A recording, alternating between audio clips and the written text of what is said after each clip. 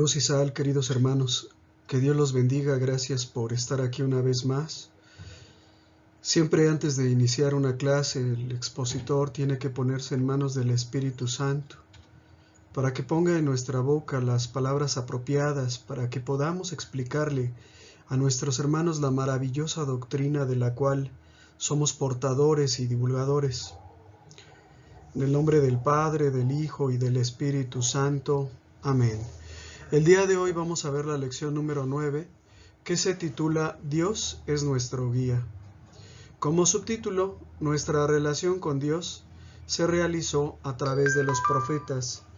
Yo no sé si alguno de ustedes esté relacionado con la figura de un guía, ¿verdad?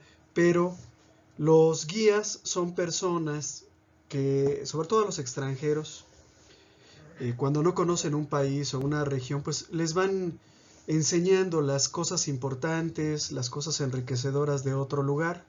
El guía se podría decir que es una persona que conoce, ¿verdad?, de lo que está hablando, y por eso pues es capaz de guiar a otros, es capaz de irles enseñando el camino, ¿sí? Entonces Dios es nuestro guía y es natural que sea nuestro guía. Si Dios nos creó, si Dios nos ama, si Dios solo quiere nuestro bien, pues es natural que sea nuestro guía.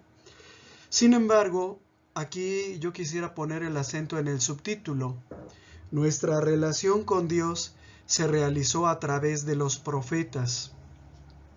Antes de Cristo, en la religión mosaica, toda la relación entre los hombres y Dios pasaba a través de los profetas, y el más importante de todos ellos fue sin duda el profeta Moisés. En gran parte Moisés pues es en el Antiguo Testamento el más insigne de todos los profetas. No fue el único, por supuesto, pero sí fue el más insigne. Fue el encargado de darle las tablas de la ley al pueblo hebreo. Fue el encargado de forjar la nacionalidad de Israel, de darle algunas instituciones muy importantes, por ejemplo el sacerdocio, ¿verdad? La profecía, pues él es el gran profeta del Antiguo Testamento. Estos profetas, de una o de otra manera, fueron en su tiempo representantes de Dios ante los hombres y representantes de los hombres ante Dios. En la clase pasada, por ejemplo, nos encontramos a Dios que por medio de Moisés manda instrucciones a su pueblo acerca de lo que deben de hacer. Pero también nos encontramos a Moisés intercediendo por el pueblo hebreo ante Dios cuando la cólera de Dios se enciende por causa del becerro de oro, por causa de la idolatría. En ese momento Moisés intercede por ellos y aplaca, hablando en términos antropomórficos, aplaca la ira de Dios, lo calma, ¿verdad?, con argumentos, con palabras. Entonces, la relación con Dios en el Antiguo Testamento pasaba a través de los profetas. Ahora ya no pasa. Y ya no pasa porque ahora tenemos a Cristo, ¿sí? Ahora todo pasa, pero a través de Cristo. No hay otro nombre debajo del cielo que nos haya sido dado para nuestra salvación. Entonces, si le queremos pedir algo a Dios, ¿verdad?, pues se lo pedimos en el nombre de nuestro Señor Jesucristo. Si es necesario, por ejemplo, conocer a Dios con más profundidad, pues nos acercamos a conocer a Cristo. Escuchando a Cristo es como escuchamos a Dios. Obedeciendo a Cristo es como obedecemos a Dios. Pero en aquellas épocas, bueno, en el Antiguo Testamento, la relación entre los hombres y Dios se daba a través de los profetas. Espero haber sido claro con esto. Como antecedentes, bueno, Dios designó a personas para, digamos, cumplir ciertas funciones en el pueblo de Israel. Hablábamos, por ejemplo, del sacerdocio que recayó sobre Aarón, el hermano de Moisés, y sus descendientes. Hablamos de la realeza del primer rey, que fue Saúl, el segundo que fue David, muy querido por su pueblo. Y hablamos también de los profetas, y hoy sobre todo nos vamos a centrar en esta tercera figura, los profetas, ¿sí? Los profetas fueron personas, hombres y mujeres, que en un determinado momento de sus vidas, algunos toda su vida, otros solo algunos momentos, fungieron como intermediarios entre Dios y los hombres. A diferencia, por ejemplo, de los sacerdotes y de los reyes, ¿verdad? Los ministerios del sacerdocio y la realeza fueron establecidos por Dios mediante una elección de una persona cuya función sería transmitida a sus descendientes. En el caso del rey, bueno, pues el rey David, por ejemplo, deja el trono en manos de su hijo Salomón.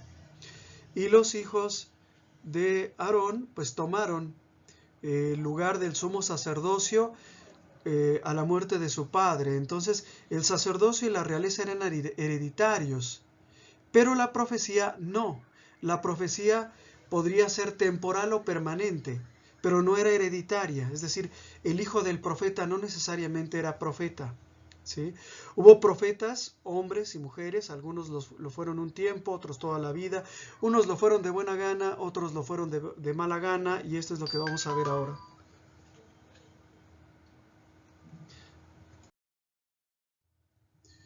Bueno, las tres funciones se les llama funciones o servicios, ¿sí?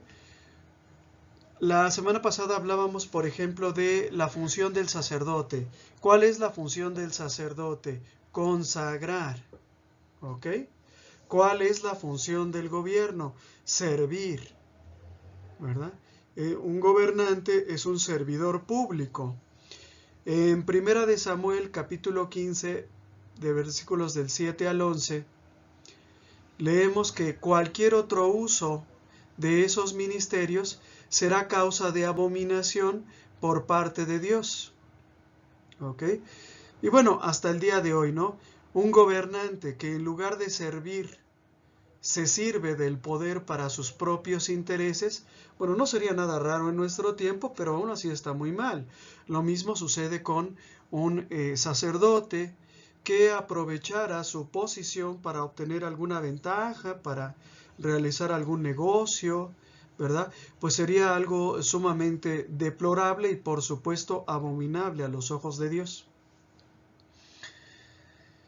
Todos los dones, todas las facultades, todas las atribuciones, aunque recaigan sobre una persona particular, no son para provecho personal, sino para el bien de todo el pueblo de Dios. Y esto es así, tanto para los sacerdotes, como para los reyes, y como para los profetas. ¿Ok? Incluso en nuestros días, nosotros como laicos ejercemos nuestro profetismo cuando, por ejemplo, prestamos algún servicio de catequista en nuestra parroquia. O sea, el catequista, al igual que el sacerdote, están compartiendo esta misión profética en el momento en el que prestan algún servicio. Y muy mala cosa sería que alguno lo hiciera para su provecho particular, ¿sí? Entonces hay que entender esto. Los dones, los carismas que nos da Dios, es decir, estos servicios, sacerdotes, profetas y reyes, son para servir, para entregarlos a nuestros hermanos. Yo mismo, humildemente, pues aprendí a hacer estos videos con una tecnología anticuada, con un equipo hechizo, pero bueno, lo pongo a las órdenes de ustedes para ver si este material les sirve de algo.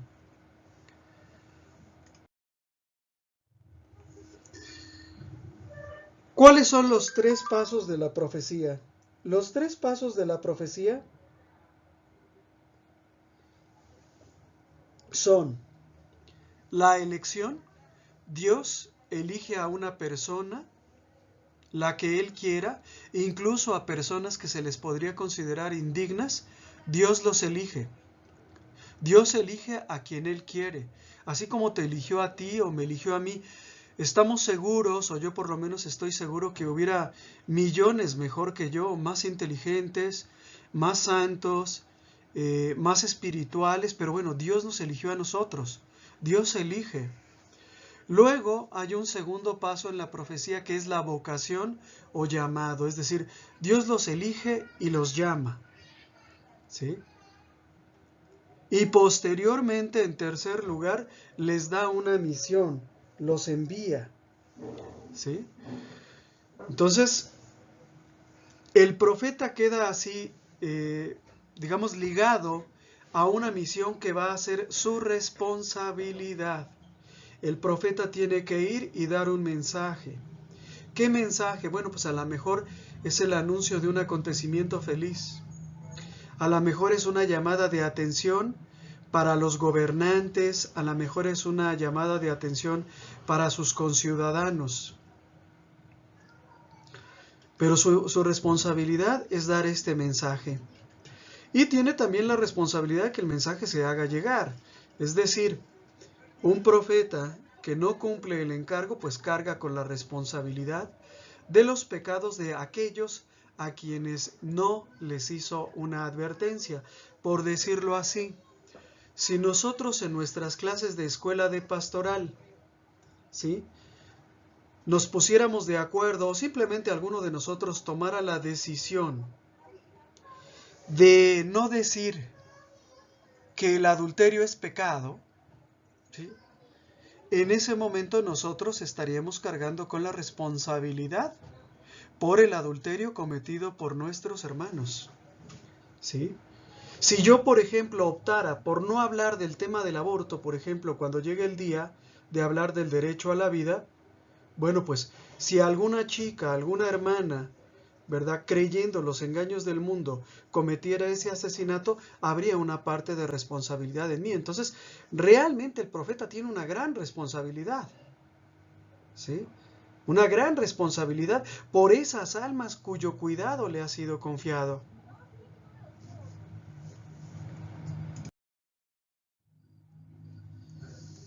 Hubo varias formas de expresión profética. La más importante fue verbalmente, es decir, hablando, como lo estoy haciendo yo en este momento. También hubo profetas que trabajaron por medio de signos. Por ejemplo, ¿verdad?, le dice Dios a uno de los profetas: cásate con una prostituta y vas a tener 2 hijos y les vas a llamar así y asado. No mi pueblo. Era uno de los nombres, ¿no? O ve y cómprate un jarrón, vete a la mitad de la plaza y pártelo en pedacitos. Cuando te pregunten por qué haces esas loqueras de romper un jarrón nuevo, les vas a decir por qué. O cómprate un cinturón, ¿verdad? Mételo en el río, debajo de una piedra, y luego lo vas a ir a buscar cuando ya esté todo podrido, todo echado a perder. Signos. Otros por medio de actitudes, es decir, por medio de cosas que en un determinado momento les tocaba hacer. El profeta Natán, por ejemplo, amigo de David, en su momento le tocó, pues, anunciarle a David, con toda la tristeza de su corazón, el castigo que Dios le tenía reservado por el asesinato de Urías, ¿verdad? Y por haber mancillado a Betsabé. Entonces, a veces no eran ni palabras ni signos, sino actitudes, ¿no? Actitudes. Otras veces, por medio de objetos o detalles circunstanciales de la vida del profeta, pues se quería significar algo que Dios quería comunicarle a los hombres. Por ejemplo, el profeta Jeremías, ¿verdad? O el profeta Elías, que llegaron a ser perseguidos con saña en su tiempo. Y esos detalles de su vida también fueron parte de su misión profética, ¿sí? Hay pasajes, por ejemplo, de los profetas que todavía hoy siguen siendo de interpretación difícil. Por ejemplo, aquellos que profetizaron sobre el día de Dios. Jesús también profetizó sobre el día de Dios, pero muchos pensaban o piensan que va a ser un día muy bonito, y no necesariamente va a ser así. Hubo profetas obligados, decíamos hace un momento. Por ejemplo, Balaam. Balaam en el Antiguo Testamento, pues es un ejemplo de falso profeta. Sin embargo, cuando un rey enemigo de Israel lo contrata, es decir, le da dinero para que maldiga a Israel, aunque él ya recibió el dinero, aunque él quiere maldecir a Israel porque le conviene, de hecho, no logra hacer que de su boca salga otra cosa que no sean bendiciones para Israel. Y los que lo contrataron, lógicamente, se enojan con él. O sea, no te estamos pagando para que bendigas a Israel. Estamos pagando para que te subas arriba del cerro y los maldigas 1000 veces. Entonces hubo profetas obligados. Balaam ha pasado a la historia como el mayor representante de los falsos profetas. ¿Sí? Que ahorita tenemos muchísimos, estamos llenos de falsos profetas por todos lados, pero bueno, en la época era algo extraño, ¿no? O Jonás, por ejemplo, pues Jonás, cuando Dios le da el envío, le da la misión de ir a Nínive a pedirles que se arrepientan de sus pecados, o de lo contrario les dará un escarmiento parecido a los de Sodoma y Gomorra, ¿verdad? Jonás, que era un hombre inteligente, ya sabe lo que le pasa a los verdaderos profetas. ¿Qué le pasa a los verdaderos profetas? ¿Qué le pasa a los que predican la palabra de Dios? Pues que son atacados, ¿verdad? Algunos fueron torturados, la mayoría, ¿verdad? Fueron rechazados e incluso, ¿verdad? Hubo quienes fueron asesinados, empezando por Cristo. Entonces Jonás, cuando Dios le dice, ve a Nínive y diles que se arrepientan de sus malas acciones, Jonás dice, mangos, o sea, si les digo que dejen de practicar esos pecados que tanto les gustan, ¿verdad? Esos pecados que ya los tienen atados desde toda su vida y se han pasado de generación en generación, pues me van a querer matar. Entonces Jonás, en lugar de embarcarse hacia Nínive, en el Asia Menor o el Medio Oriente, como quieran verlo, se embarca para el lado contrario, hacia Tarsis, lo que ahora es España, ¿verdad? Y la nave en la que va Jonás naufraga, un pez, posiblemente una ballena, se come a Jonás, va y lo escupe en las playas de Nínive. Por supuesto, mientras que está dentro de la ballena, Jonás está haciendo oración a Dios y pues ya una vez que él sale de la ballena va a cumplir la misión, pero lo hizo más a fuerzas que de ganas, ¿eh?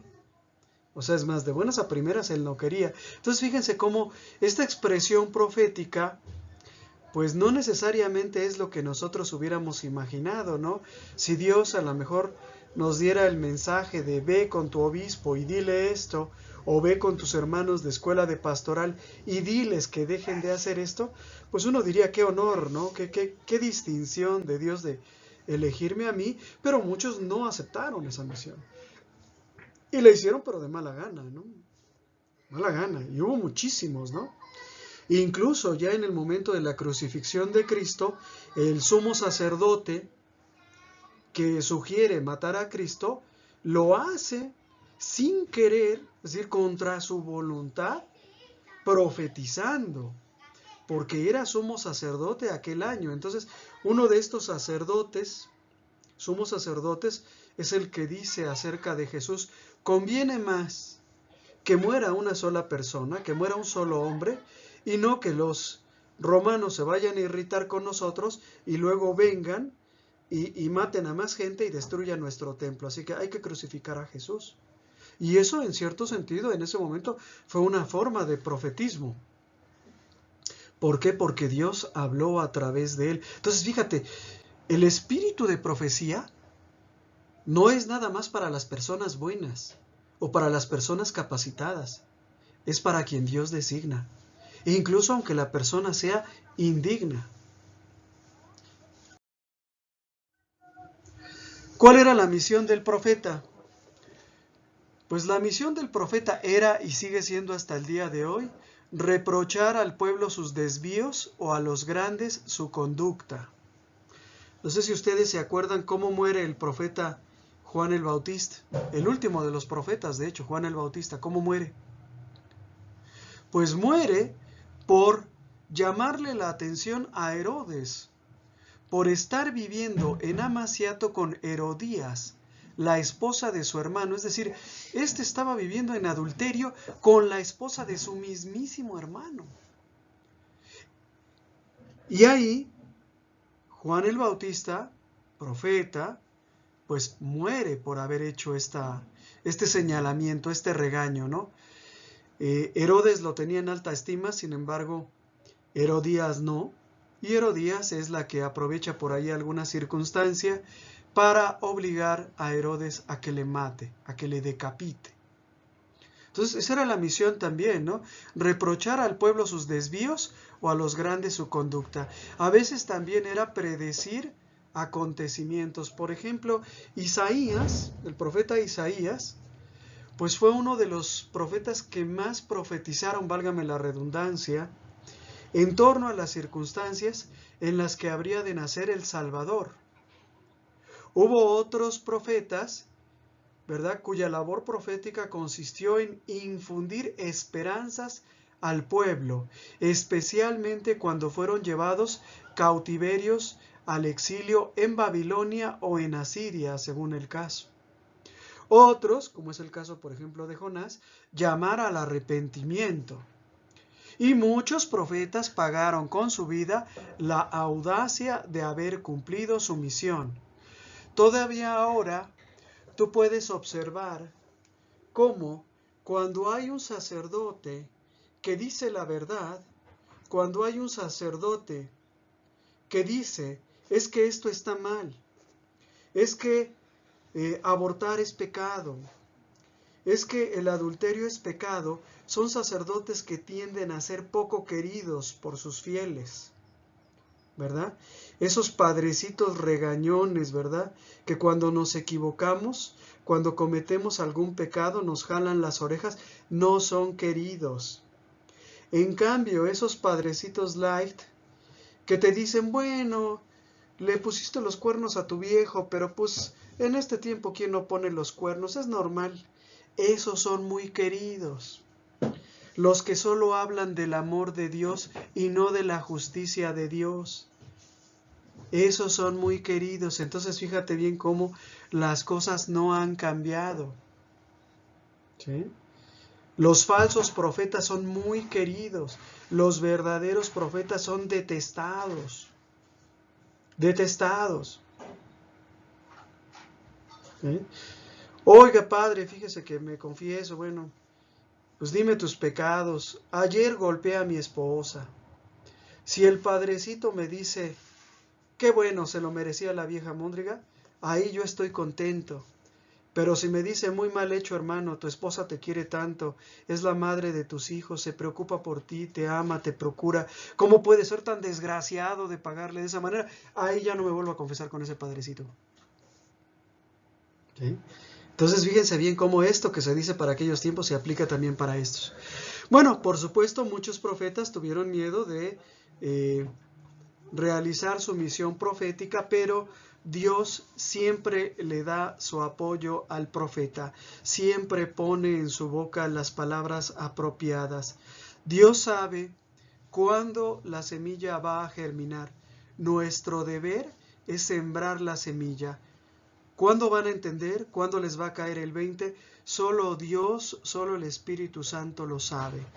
Y el profeta marcha con el apoyo de Dios, aunque no lo parezca. ¿Sí? Y Cristo tuvo palabras muy duras para condenar a aquellos que se niegan a oír, que no ponen atención y peor aún que atacan a los profetas.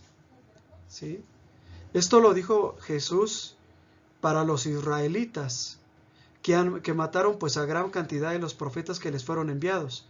Pero también cabe para nosotros. Todavía ahorita hay muchos hermanos que cuando se les enseña la sana doctrina, pues no la quieren escuchar, ¿no? O mire, me acuerdo mucho de un hermano laico como nosotros, ¿no? Diciendo, ¿qué creen? ¿Qué creen? En mi parroquia, mi padrecito todavía cree que existe el infierno. Pues existe el infierno, mi rey. ¿Por qué? Porque lo dijo Jesús. Por eso existe el infierno y va a haber un juicio y va a haber una condena para todos aquellos que persistan en su pecado. Pero esas son ideas anticuadas, ideas de la Edad Media. Hoy ya sabemos que Dios nos ama a todos. Ya sabemos que Dios me ama tanto que bueno, que mi pecado ya ni le parece pecado. O me ama tanto que ni puede él ejercer su propia justicia. No, hermanos, no seamos así. Tenemos que oír la voz de Dios a través de nuestros sacerdotes, que son los profetas de hoy, válgame la comparación, ¿sí? Y hacerles caso, ¿sí? Hacerles caso, no echar en saco roto. De todos los profetas, ¿verdad? Cristo es el más grande. Cristo es sacerdote, profeta y rey. Y nadie mejor que Cristo cumplió la misión del profeta. Por dos razones. Primero, porque de él hablan todas las profecías, es decir, en él se cumplen todas las profecías, y porque por medio de él Dios le habla al hombre directamente y sin intermediarios. ¿Sí? Es decir, no es lo mismo. Por ejemplo, si yo no fuera a dar este tema y le pidiera a mi vecino, el paletero, que fuera a verlos a la parroquia y a decirles que yo no voy a venir a dar este tema hoy, muchos de ustedes se preguntarían, bueno, ¿y este quién es? No lo conozco, nunca lo habíamos visto. Yo conozco a la familia de Alejandro, pero este no sabemos quién es. Pero si les envío a mi hijo, ¿verdad? Cristian, Miguel o Paola, muchos de ustedes los van a conocer y van a decir, entonces debe ser cierto, porque pues si vive con él y nos dice que no va a poder venir, que está enfermo, que tuvo un contratiempo, pues debe ser cierto. Entonces, Cristo es el eximio, el más grande, el mayor de todos los profetas. Después de él ya no hay más profetas. Olvídense de José Smith, olvídense de Mohamed, olvídense de no sé cuántos que han surgido, olvídense de Nazón, ¿verdad? Ya no hay más profetas. Cristo es el eximio profeta. En él se cumplen todas las profecías. Él es la palabra misma del Padre, no un intermediario. Toda la misión de Cristo fue designada en términos proféticos. Incluso Jesús, antes de morir, una de las 7 palabras que pronuncia es precisamente esta: todo está cumplido. ¿Sí? Es decir, todas las profecías se han cumplido. Entonces, mira, hermano, si tú quieres conocer más de Dios, sumérgete en la persona de Cristo. Lee los evangelios, ¿sí? Trata de entender a Cristo, trata de ver el mundo con los ojos de Cristo. Y así es como tú vas a conocer a Dios.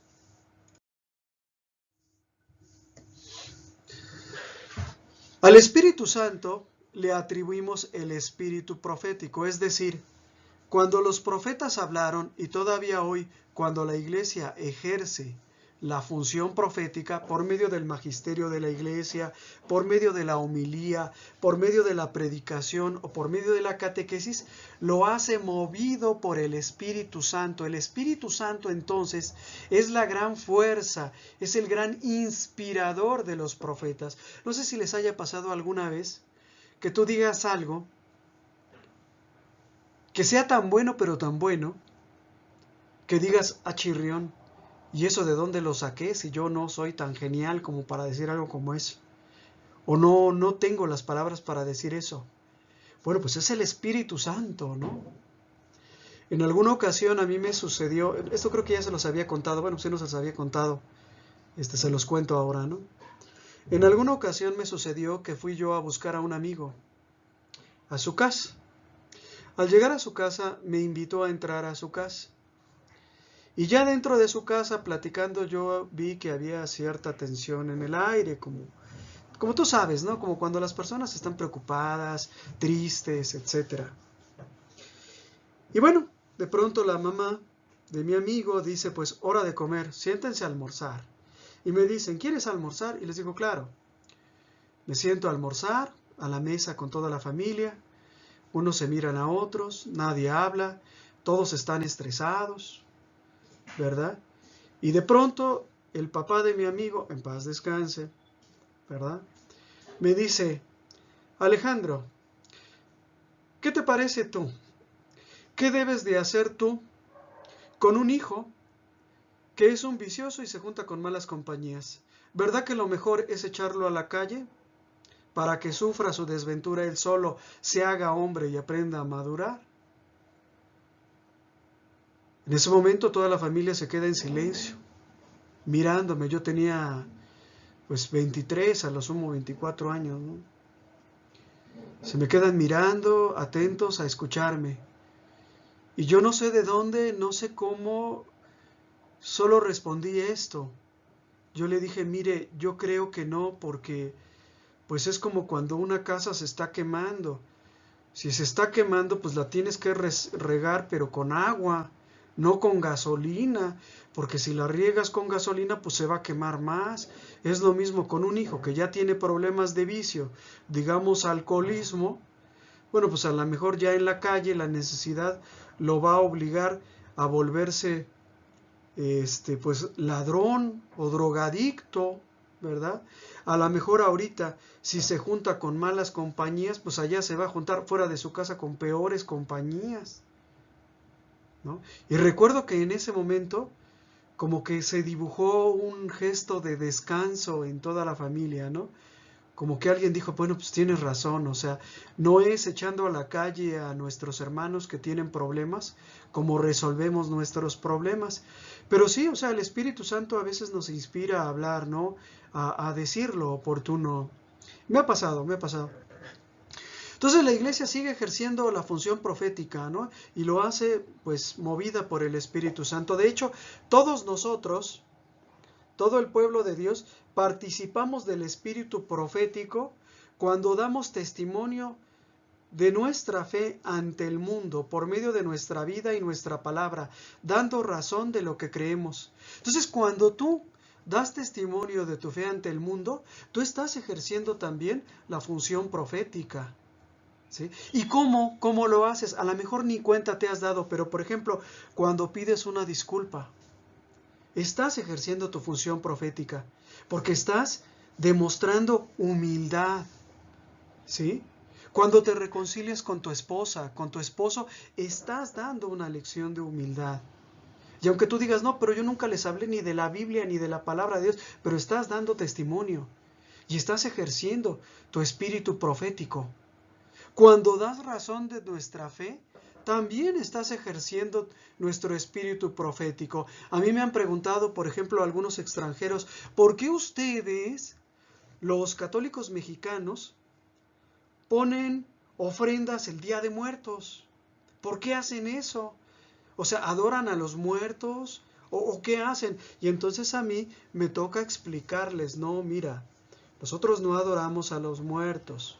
Una vez al año los recordamos con cariño, recordamos a nuestros familiares quiénes fueron, sus virtudes, sus enseñanzas, y hacemos oración por ellos. Mucha gente dice que regresan, sobre todo es gente escasamente formada en la fe, pero nosotros pues de alguna manera sí tenemos ese contacto, ese vínculo espiritual que para nada está reñido con la comunión de los santos. Entonces a mí me toca muchas veces explicarlo, ¿no? ¿Por qué tenemos esa tradición? Que además es una tradición muy hermosa y es parte del espíritu profético. Cuando tú das un consejo conforme a la palabra de Dios, estás ejerciendo un espíritu profético. Por ejemplo, entre ustedes que son mujeres, no sé si ya les ha pasado o si no algún día les va a pasar, que se les acerque una dama, una mujer y les diga, estoy embarazada de un hombre que no es mi marido y quiero matar a mi hijo, es decir, quiero abortar. Y ahí tú, cuando le recomiendas a esta mujer que tenga a su bebé, que sea valiente, ¿verdad? O que lo tenga y lo regale, pues en ese momento tú estás practicando tu espíritu profético. Entonces, el don de profecía no es nada más para los sacerdotes o para el Papa, o no fue nada más en el Antiguo Testamento para determinadas personas. También se sigue viviendo y se sigue profetizando hasta el día de hoy.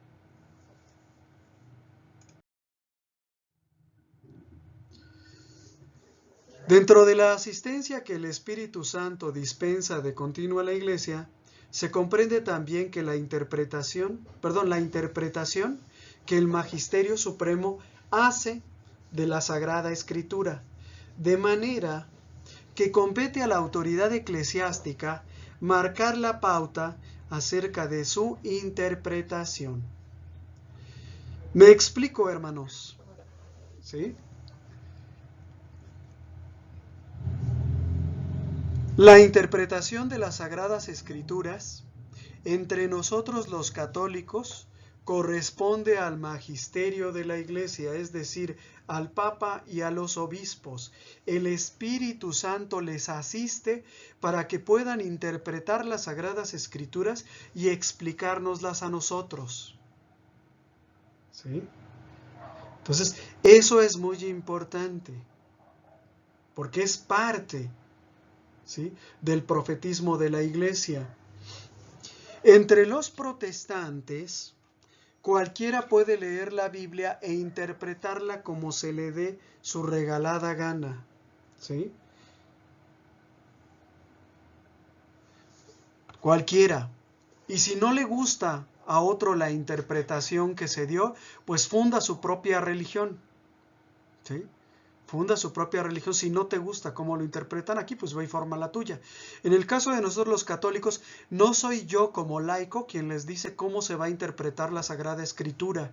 Son nuestros hermanos sacerdotes y principalmente los obispos y hasta el Papa los encargados de decir, este pasaje de la Sagrada Escritura se interpreta de esta manera.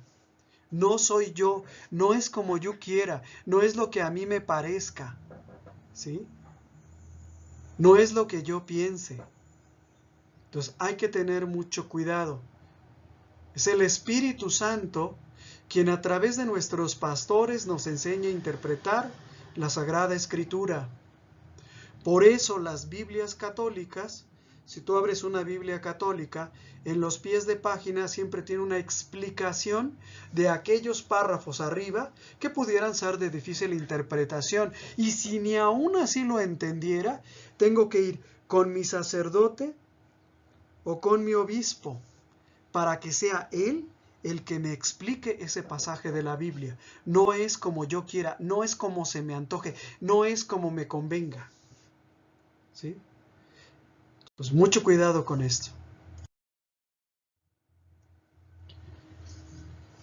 Ahora bien, en nuestros días se ha puesto muy de moda una corriente que se llama el fundamentalismo. El fundamentalismo es una corriente religiosa que surgió en los Estados Unidos a fines del siglo XIX y principios del XX, que se caracteriza por interpretar la Biblia a rajatabla. Es decir, lo que ahí dice es lo que es. Ah, sí, pues dice, maldito todo el que cuelga de un madero. Ah, pues como dice eso, entonces a Jesús lo colgaron de una tabla. La iglesia me engañó, me dijo que había sido en una cruz. Aguas, fundamentalismo, ¿verdad? Luego llegaron la madre y los hermanos de Jesús. Y alguien le dijo, tu madre y tus hermanos están allá afuera. Tu madre y tus hermanos, la Virgen María tuvo más hijos. No, la iglesia me ha estado engañando. Fundamentalismo.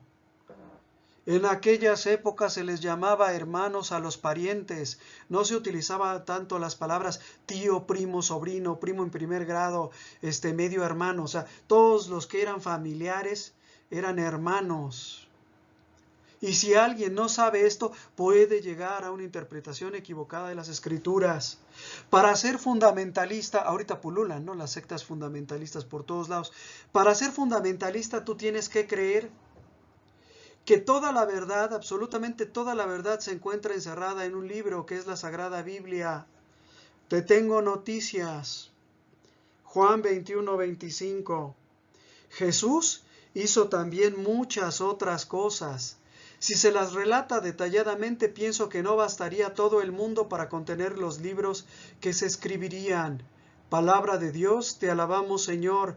¿Qué quiero decir con todo esto? Que no todo lo que Jesús hizo, que no todo lo que Jesús enseñó quedó plasmado en la Biblia. ¿Sí? Hubo muchas cosas que no quedaron plasmadas en la Biblia. Por ejemplo, ¿cuáles? Que María, madre de Cristo, es madre de la iglesia. Si estuviera aquí algún protestante o alguna persona con la fe manoseada que ya hubiera tenido contacto con protestantes, me diría, achis, achis, achis, espérate, ¿en qué parte de la Biblia dice que María es madre de la iglesia? En la tradición de la iglesia.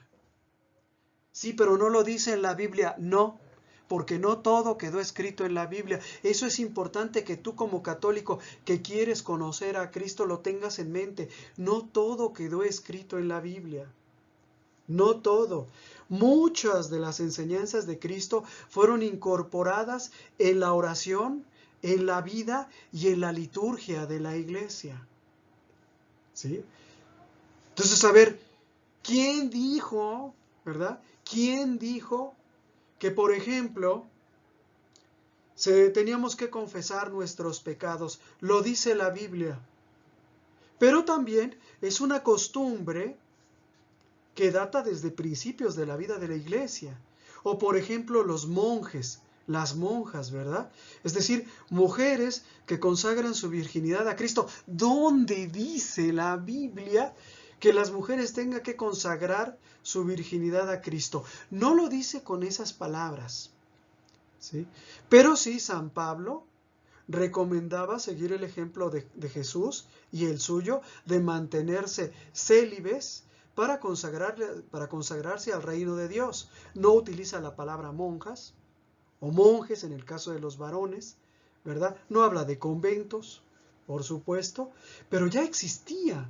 Incluso desde los primeros días de la iglesia ya existían los hombres y mujeres consagrados a Dios. ¿Sí? Entonces, no todo lo que Jesús hizo y enseñó está escrito en la Biblia. ¿En dónde está entonces? En la tradición de la iglesia, en la vida, en la liturgia, en la oración de la iglesia.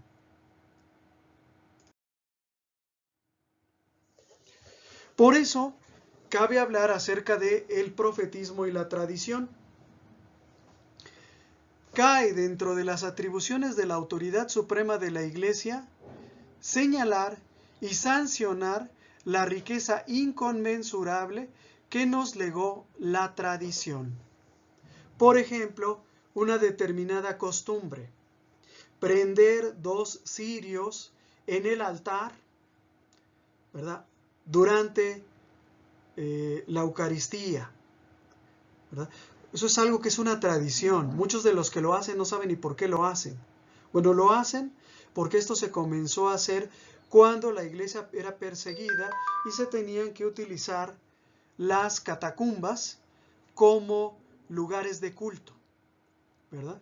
O por ejemplo, María, Madre de la Iglesia, ¿verdad? ¿Desde cuándo comenzó? Pues desde muy antiguo, ¿no?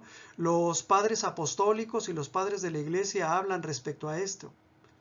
Entonces, ¿quién es el que debe, digamos, sancionar de todo lo que nos fue legado por nuestros padres? Nos debe de decir qué cosa sí y qué cosa no debe de continuar. La autoridad de la iglesia, el papa y los obispos. Todo esto constituye lo que llamamos la tradición. La tradición se compone de enseñanzas, vida, oración y liturgia. Por ejemplo, supongamos que yo ahorita me aloco y comienzo a enseñar que Jesús no ama a los pobres de espíritu. Es una estupidez, pero bueno. Supongamos que yo me pongo a enseñar una loquera. Supongamos que esa loquera cunde y al rato ya hay millones de personas que rechazan pues este mandamiento, este consejo evangélico, o que rechazan el celibato sacerdotal, por ejemplo. ¿Sí? En ese momento, la autoridad de la iglesia, ¿verdad?, tiene que buscar en la tradición qué hay de respaldo en favor del celibato, ¿verdad?, en favor de la vida monacal, en favor de que María es madre de la iglesia. ¿Sí? Entonces, fíjense bien qué importante, como no todo quedó plasmado por escrito, la iglesia le da a la tradición el mismo valor que las Sagradas Escrituras. ¿Sí? Enseñanza, vida, oración, liturgia. ¿sí? Todo eso tiene el mismo valor que las Sagradas Escrituras. No es más, pero tampoco es menos. ¿Sí?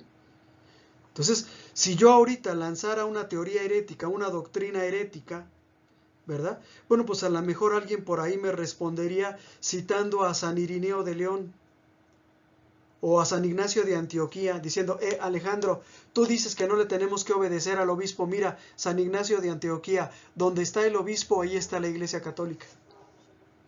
En otras palabras, lo que tú estás diciendo es una novedad. Y yo te diría, pero a ver, dime, ¿en qué parte de la Biblia dice que hay que obedecerle a los obispos? ¿En qué parte?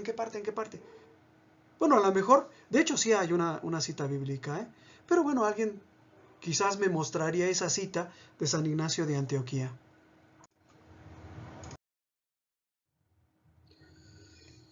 Y bueno, pues dentro del carisma y la actividad profética que en los días de hoy o el día de hoy realiza la Iglesia, pues también se incluye la catequesis y la evangelización. Entonces, yo no sé qué servicio estén ustedes prestando en sus parroquias, pero puedes tener la seguridad de que cada vez que tú das alguna catequesis o participas en una labor evangelizadora, estás ejerciendo la actividad profética, ¿no? Que además todos nosotros los cristianos como bautizados compartimos con Cristo su triple misión de ser sacerdotes, profetas y reyes. Es decir, sí nos toca a nosotros el predicar la palabra de Dios. Hace unos 100 años, la mayor parte de cristianos creían que la función de predicar la palabra de Dios pues era una responsabilidad de los sacerdotes o de las religiosas, y no. Entonces, ¿qué pasaba? Nosotros teníamos a los hijos crecían y llegados a una determinada edad los enviaban o nos enviaban para que fuéramos catequizados, para que recibiéramos algún conocimiento básico de nuestra religión cristiana. ¿Qué sucede ahora? Sucede que ya no hay tantos sacerdotes ni tantas monjitas en la cantidad suficiente como para catequizar a nuestros hijos. En otras palabras, lo que te quiero decir, hablando ya como se dice vulgarmente en plata, es que si tú no le predicas la palabra de Dios a tus hijos, probablemente nadie más lo hará. Y si lo hace, quién sabe cómo lo haga. ¿Sí? Ese es el problema de nuestro tiempo. Entonces, yo invito siempre a todos mis hermanos de escuela de pastoral a que sirvan en sus parroquias como catequistas, como evangelizadores, como misioneros, a que compartan lo que han aprendido. Hay una relación, por supuesto, muy estrecha entre lo que es la catequesis y la evangelización. Muchas de las veces se confunde una cosa con la otra, pero en realidad no es lo mismo. La catequesis es la profundización en el mensaje evangélico para educar la fe. Después del querigma, después del primer anuncio, ¿verdad? Pues invitamos a nuestros hermanos a que profundicen en su fe. Eso es la catequesis. Por decirlo así, escuela de pastoral vendría a ser algún tipo de catequesis. Estamos profundizando en nuestra fe. Existe también la evangelización. ¿Qué es la evangelización? Es la labor que realiza la Iglesia para sembrar el Evangelio en todos los hombres. Por ejemplo, cuando damos pláticas prebautismales, bueno, yo doy pláticas prebautismales, no sé ustedes, muchas de las veces los papás y los padrinos es la primera vez que se paran en la iglesia después de muchos años. Muchos de ellos no tienen ni la más remota idea de lo que sea la fe cristiana. Muchos no saben ni que existe Dios, ni que Dios nos ama, ni de que la razón por la cual nosotros no podemos sentir la alegría de vivir bajo el amparo de Dios nuestro Señor es por el pecado. Muchos no saben ni lo que es pecado, ¿verdad? Muchos ya vienen con la fe manoseada, es decir, ya tuvieron contacto con un amigo, con un familiar protestante, ya prendieron su televisión para ver estos programas acerca de religión de Nat Geo, de History Channel, ya su fe ya está muy tergiversada, manoseada, tienen muchas cosas en la cabeza que ni ellos te entienden. Eso es muchas de las veces un trabajo en donde uno comienza por sembrar el Evangelio. La Iglesia Católica a nivel mundial mantiene una gran labor evangelizadora. Es decir, hay hombres y mujeres que van a sembrar el Evangelio en lugares en donde jamás se ha hablado de Cristo. Ellos lo hacen allá, en África y en Asia. ¿Sí? Yo lo hago en mi parroquia. ¿Por qué? Porque aquí también hay personas a las que nunca se les ha hablado de Cristo. Personas que dicen, yo soy católico pero creyente, no practicante. O soy católico porque mis padres me heredaron esa fe. No sé ni con qué se coma, pero soy católico. O sea, hay muchas personas en esa circunstancia. Entonces, la evangelización es a sembrar esa semillita del Evangelio en los hombres, también es parte de la labor profética de la Iglesia.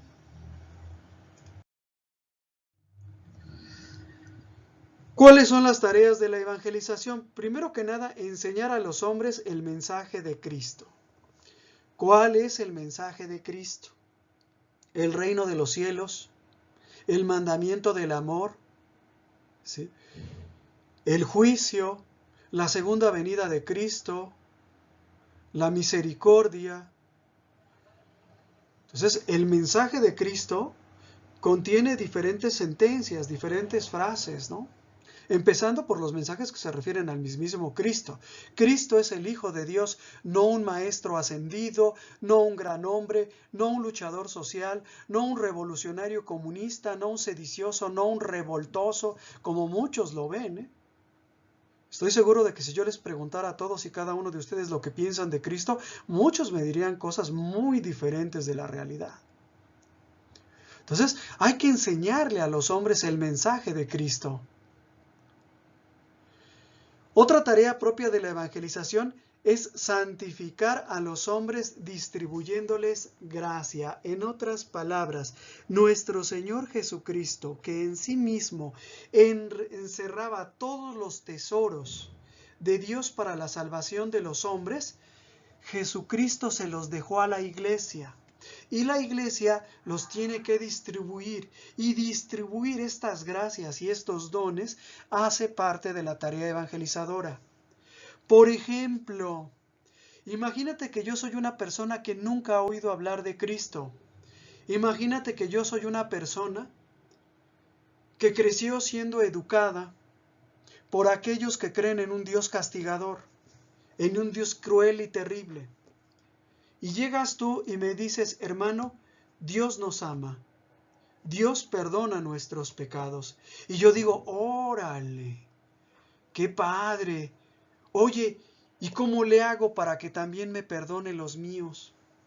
¿Cómo le hago? A ver. Ah, bueno, hermano, mire, usted tiene que ir con un sacerdote y confesar sus pecados. No, pero ¿qué crees?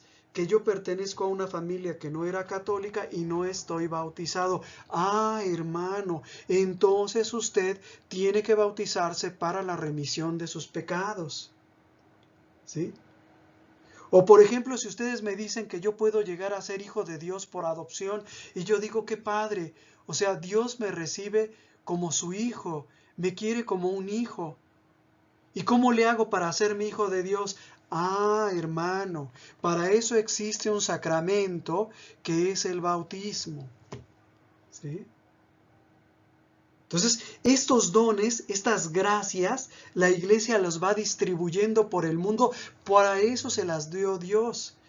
No para que nos quedáramos con ellas, sino para que las distribuyéramos.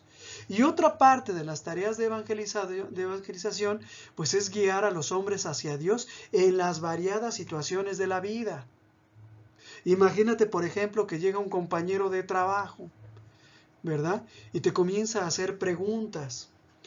O te dice, yo no creo en Dios. Bueno, pues tú tienes que poco a poco irlo conduciendo. A lo mejor, por ejemplo, nadie le ha enseñado nada. A lo mejor le han hablado de Cristo o de la iglesia de una manera tal que él aprendió a odiar a Cristo y a la iglesia, que hay muchísimos. Muchísimos, ¿verdad? Entonces hay que ir guiando a los hombres hacia Dios.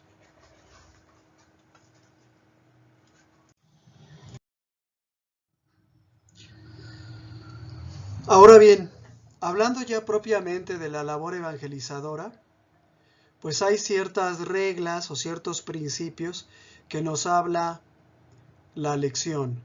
Por ejemplo, pues debemos seguir el orden debido. El orden, ¿verdad? Porque, por ejemplo, yo no puedo evangelizar sin el consentimiento y menos aún sin el apoyo del sacerdote o del obispo del lugar. ¿Sí? No puedo hacerlo por iniciativa propia. ¿Sí? También tengo que utilizar el método adecuado. Por ejemplo, no es lo mismo hablar con niños que hablar con adultos. ¿Sí? No es lo mismo. A lo mejor al niño, pues ponerlo a hacer un dibujito se le hace interesante y divertido. El adulto se aburre. E incluso entre los adultos, el nivel de comprensión podría ser diferente entre unos y otros. La situación psicológica y personal podría ser diferente entre unos y otros. Imaginémonos, por ejemplo, que son adultos de los cuales pues entienden apenas parcialmente el español.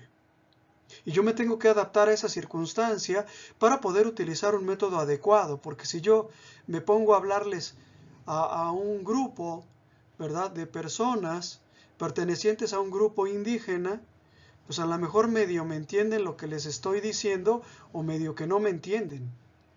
Entonces hay que adaptar los métodos. ¿Sí? En tercer lugar, la instrucción debe basarse en la Sagrada Escritura, la tradición, el magisterio y la vida de la Iglesia. Es decir, yo tengo que utilizar todas las herramientas a mi alcance. La primera de ellas, por supuesto, que es la Biblia. Todos tenemos una Biblia en nuestra casa, ¿verdad? Bueno, espero que todos tengamos una Biblia. Pero también tengo que tomar en cuenta la tradición, el magisterio, ¿verdad? Por ejemplo, si tú consultas el Catecismo de la Iglesia Católica, bueno, pues ahí encuentras un buen acervo de tradición, de magisterio, que puedes utilizar para la evangelización. Yo de hecho ya no utilizo otra cosa que no sea el Catecismo de la Iglesia Católica. Y lo mismo la vida de la Iglesia, la historia de la Iglesia, la liturgia de la Iglesia. Entonces también sirve, claro, y debemos basarnos en ello. Un protestante te diría, mira, con la Biblia ya lo tienes todo, enséñales la Biblia, dales un curso de Biblia y con eso ya está. Pero nosotros tenemos la Sagrada Escritura, pero también la tradición, el magisterio y la vida de la Iglesia. Por último, la evangelización y la catequesis deben ser impartidas por personas preparadas. Desafortunadamente se da con mucha frecuencia que los que prestan estos servicios, por ejemplo el de catequista, sean personas que no conocen prácticamente nada de la palabra de Dios. Es muy frecuente. De hecho, yo he estado en muchas parroquias en donde pregunta el sacerdote a toda la asamblea, ¿quién quiere ser catequista? Inscríbase, ¿verdad? ¿Hace falta tener algún conocimiento previo? No, no hace falta, pues adelante, ¿no? Y se inscriben personas que desafortunadamente muchas de las veces, en lugar de evangelizar, pues echan a perder a las personas, ¿no? Los hacen que rechacen a Cristo en lugar de querer conocerlo más que lo rechacen, ¿no? A mí me ha tocado a lo largo de mi vida apostólica, por ejemplo, hablar con personas que han recibido una mala catequesis infantil y que han crecido con esa mala catequesis. Me acuerdo mucho de una mujer, por ejemplo, que ella decía que cuando ella era niña, estamos hablando de una mujercita, una niñita, su catequista, no recuerdo si varón o mujer, le decía que por culpa de Eva, ¿verdad?, pues habíamos perdido el paraíso. Por lo tanto, eso justificaba todos los maltratos, toda la discriminación, todos los abusos y toda la violencia que se ejerce en contra de las mujeres en nuestro tiempo, en el hogar, en la oficina, en la fábrica, en la escuela, en la industria. ¿Te imaginas tú el daño que ese catequista o esa catequista le hizo a esa niña? Un daño que tardó años sufriendo. Entonces, aguas. O por ejemplo, muchos empiezan a hablar de que Dios castiga. Dios no castiga a nadie. Somos nosotros los que nos labramos ese destino. Somos nosotros los que cosechamos lo que sembramos. Si yo trato mal a mi mujer, si yo la golpeo, si yo le doy una mala vida, si yo la humillo y un buen día llego de trabajar en la noche y resulta que mi mujer ya me dejó, ¿a qué viene que me ponga a chillar diciendo, Dios mío, ¿por qué me tratas de esta manera? ¿Qué he hecho yo para merecer tu castigo? Pues Dios no me está castigando. Estoy cosechando lo que sembré. Traté mal a mi mujer me dejó. Robé en mi trabajo, me corrieron del trabajo. Fui negligente en mi trabajo, me corrieron del trabajo. ¿No?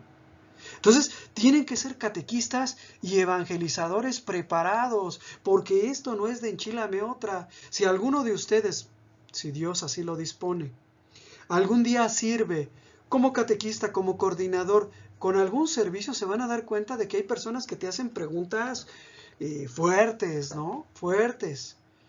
Casi siempre son las mismas preguntas, pero hay algunos que te dicen, híjole, ¿y por qué existe el mal en el mundo? Y dices, ay, en la torre, ¿no? U otra, ¿no? Cuando un protestante le quiere poner el pie a un católico para que se caiga, dice, ah, sí. Y si en Éxodo 24 dice que no debemos de hacer imágenes, ¿verdad? Ni postrarnos ante ellas, ¿por qué en la iglesia se hace eso? También lo dice el Salmo 115, ¿por qué le hablan a figuras de yeso que no tienen ni orejas, ni tienen ojos? Entonces tú tienes que estar preparado para contestar esas preguntas, porque si tú no sabes contestar esas preguntas, la fe de nuestros hermanos se podría perder por tu culpa, ¿eh? Por tu culpa, porque no supiste. En ese caso lo que corresponde decir es, mire hermano, la pregunta que usted me hace, la verdad no tengo la respuesta. Déjeme preguntar. Y entonces voy con mi sacerdote, voy con mi obispo, ¿verdad? O voy con el hermano más preparado de escuela de pastoral y le pregunto, oiga hermano, a ver, ¿por qué si Dios es tan bueno? ¿Por qué existen las guerras? ¿Por qué existen las violaciones, los asesinatos? Si Dios es tan bueno. Me lo preguntaron a mí, yo se lo pregunto a usted porque no sé la respuesta. Entonces hay que estar preparados, hermanos, y para eso estamos aquí, para eso son estas lecciones también. Bueno, hasta aquí nuestra clase. Espero que le hayan entendido. Si no le entienden, me mandan un mensaje. Ahí les dejo mis datos. Reflexiones personales. Primera pregunta. ¿He sido consciente de la importancia del sacerdocio en la iglesia? ¿He sido consciente de la importancia del sacerdocio en la iglesia? ¿Sí? ¿Qué pasaría si no hubiera sacerdotes? ¿O qué pasa en aquellas comunidades donde no hay sacerdotes? ¿Quién les da la Eucaristía? Pues a veces un ministro y a veces nadie. Segunda pregunta. ¿El gobierno es servicio para que haya orden? Pregunta, ¿colaboro con él? ¿Pago mis impuestos? ¿Trato de ser un buen ciudadano? ¿O no me interesa? Tercera pregunta, ¿acepto el magisterio de la iglesia y lo aplico en mi vida? ¿Acepto el magisterio de la iglesia? Es decir, cuando nuestros sacerdotes nos dicen algo, ¿sí les hago caso? Yo diría que la mayoría no, ¿eh? Es más, estadísticamente les voy a decir una cosa. El 90% de los católicos van a los diferentes procesos electorales a votar en favor del aborto. Incluso aunque el magisterio nos diga que es contrario a la fe cristiana. ¿Sí? El 90%. Eso está demostradísimo, ¿eh? Entonces la pregunta, ¿acepto el magisterio de la iglesia y lo aplico en mi vida? Cada uno sabrá la respuesta. Siguiente pregunta. Procuro no confundir la verdadera tradición autorizada por la iglesia con noticias, creencias y costumbres no aceptados por ella. Procuro no confundir la verdadera tradición autorizada por la iglesia con noticias, creencias y costumbres no aceptados por ella. Ahorita vivimos una verdadera explosión de personas a quienes se les apareció Jesús o se les apareció la Virgen. Estaba yo echándome unos tacos de buche y al echar la salsa se formó una imagen de la Virgen María y me dijo, ya no obedezcas a tu sacerdote, ya no obedezcas a tu obispo, a partir de ahora lo que tú creas eso es lo que va a ser para ti. Y dices en la torre, salen esas personas a predicar. Fíjate que la Virgen se me apareció. ¿En dónde? En una pared, en una gotera de mi casa, en una tortilla que me iba yo a comer en un taco. ¿Y qué te dijo? Pues que ustedes me tienen que dar dinero. ¿Por qué siempre dinero?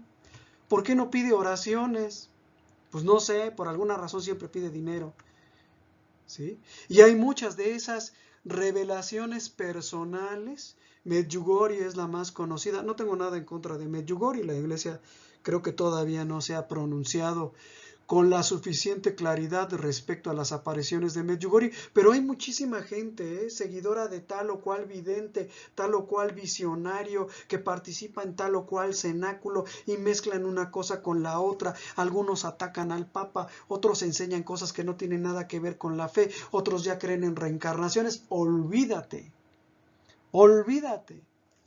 Eso no hace parte de nuestra tradición, de nuestra fe. ¿Sí? Siguiente pregunta. ¿Venero la Sagrada Escritura, que es palabra de Dios escrita como lo que es? Una forma de presencia del Señor que nos habla. Es decir, ¿le doy su lugar a la Biblia? Bueno, por principio de cuentas, si la lees, aunque sea poquito a poquito. Decía el hermano Fernando Casanova, ¿verdad? Que fue pastor protestante durante mucho tiempo, ¿no? Decía que cuando ellos iban a visitar la casa de un católico, para jalarlo, es decir, para sacarlo de la iglesia católica, hacerlo apostatar de su fe y meterlo a una secta, él era pentecostal, ¿verdad? Le ofrecían a las personas un curso de Biblia. Si la persona decía que sí, le decían, saque su Biblia. Y siempre la sacaban limpiecita, jamás usada, jamás subrayada, jamás ojeada. Decía, la sacaban así, empolvada por fuerita, pero todo lo demás limpio. Así ya reconoces una Biblia católica, porque nadie la usa. ¿Sí? Entonces, venero la Sagrada Escritura, que es palabra de Dios escrita como lo que es, una forma de presencia del Señor que nos habla. Cada uno de nosotros va a dar para sí mismo la respuesta a estas preguntas. A mí solo me corresponde hacerlas. Y bueno, pues muchas gracias, hermanos. Que Dios los bendiga. Damos por terminada nuestra clase en el nombre del Padre, del Hijo y del Espíritu Santo. Amén.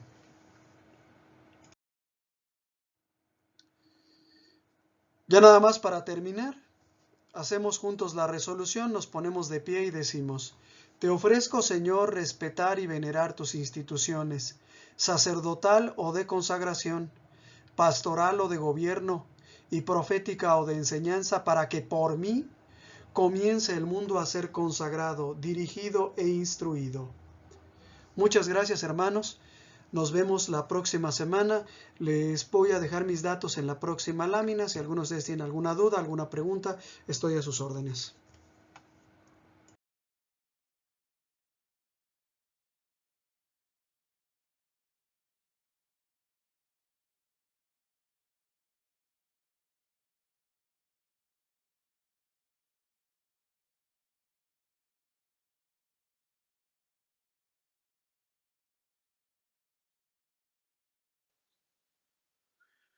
Muchas gracias por tu atención. Esperamos que este video haya sido de tu agrado. Nuestro trabajo se mantiene gracias a las aportaciones de amigos y benefactores. Si nace de tu corazón hacer alguna aportación y tienes posibilidad de hacerlo, aquí te dejo mis datos bancarios. Si no puedes hacer alguna aportación, con una oración es más que suficiente. Que Dios te bendiga y muchas gracias.